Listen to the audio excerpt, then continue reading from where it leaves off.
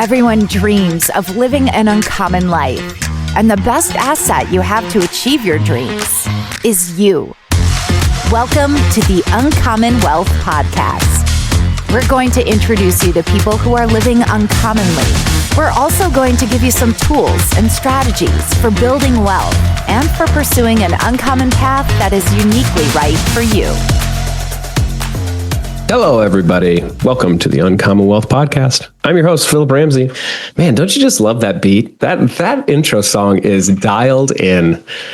Okay, let's move on. So I got a couple things to talk through today. The first one being family vacations. Okay, we all love them and we all hate them. If you're a father out there, or you're the one who's in control of the finances who is listening to this podcast, you know what I mean. Like, it's all great, but it's an investment. And one we've talked about before on making sure that you think about this stuff as an investment in your family. So maybe spending money isn't always that, what is the word? Hard. But it's just a different perspective in order to go into vacation and to be able to think through like, hey, this isn't always, but I'm investing in my family and this will produce things that I feel like will be lasting memories for my family. And again, I've never heard of a person on his gurney at the last stages of life be like, I wish I would have gotten more money. It's like, I wish I would have spent more time with my kids. I wish I would have poured into my family on kind of like these memory dividends or these memories. Let's just say that. Okay.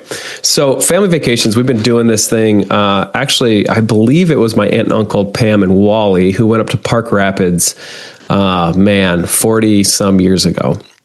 And then they started inviting my parents, and then it started kind of snowballing into this pretty big thing where now every year we go kind of like the last week of July, first week of August to Park Rapids, and we all kind of just go up there. And now it's, I guess you could call it a family reunion in such a way because all of my aunts go. My grandparents started going, but now they've passed away.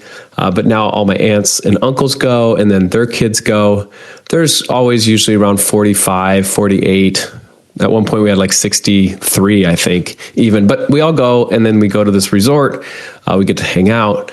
It's amazing. Like, and people are like, oh, it's a family reunion. I don't feel like that at all. I feel like it's just like I get to go hang out with really close friends and we get to have fun. We water ski, we play pickleball, we play tennis. Obviously, we're pretty active. We swim across the lake.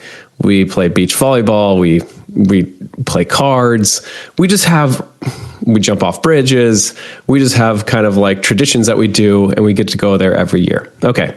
But that's not really what I was talking about today. Although I think I could do a whole podcast on the power of that and how much, benefit that our family gets from it, just to be able to have that time. We actually do a little Sunday worship where we sing songs, and then somebody from the family gives kind of a message on Sunday morning, close to the beach. So we get to see the water. It's just a cool time. Okay. Ask me some questions about that if you have any. Reach out to me. I'd love to tell you more about it. But in this particular time, my wife and I drive up there. Another thing that I feel like they do as a family, they kind of caravan. I think that's the devil. I hate caravanning. If you want to ask me something to get me riled up, talk about caravanning. Just is the most inefficient way to drive up. So we don't do that. We ended up driving up a little bit earlier this year. I went to Minneapolis, and then we went, I think it's like 3 hours northwest of Minneapolis to Park Rapids. Okay.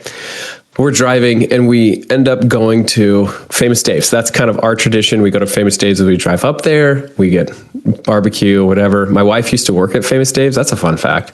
So it's just a special place. We go up there. And another fun fact, this particular Famous Dave's that we went to had a coloring contest when we were, I think my wife was pregnant with my third child, and somebody's name was Oakley. And I was like, I love that name. Anyway, we ended up naming our son Oakley.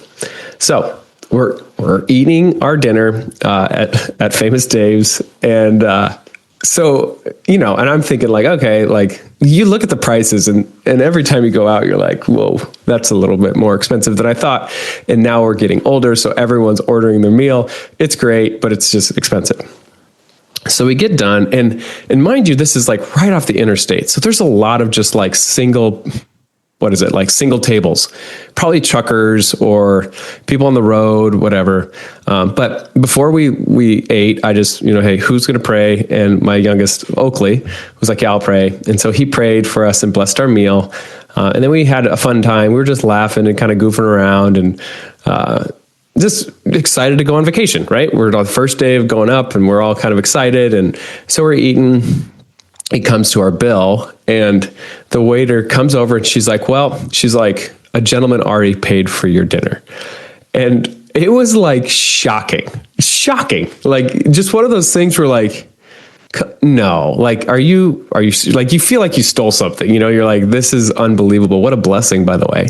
So one of those truckers, I believe, obviously, like he paid for us, just somebody who probably observed us. I don't know what it was. Maybe that we prayed, maybe just because he missed his family. I don't know, but he paid for our meal and it had to be over $100.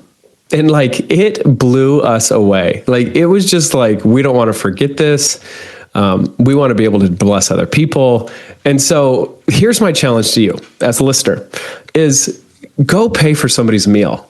Don't even need to tell them. And you don't even need to be in the restaurant because he was obviously gone by the time we ate.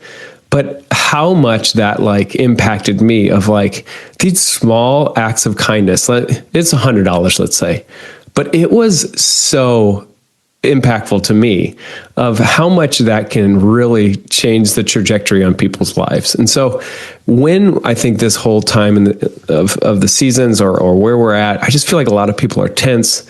They're frustrated. They're probably penny to penny, paycheck to paycheck. And so the impact that you can have on other people when you just pay for their meal or pay for their coffee or whatever, that really changes their trajectory no matter what's going on in their day.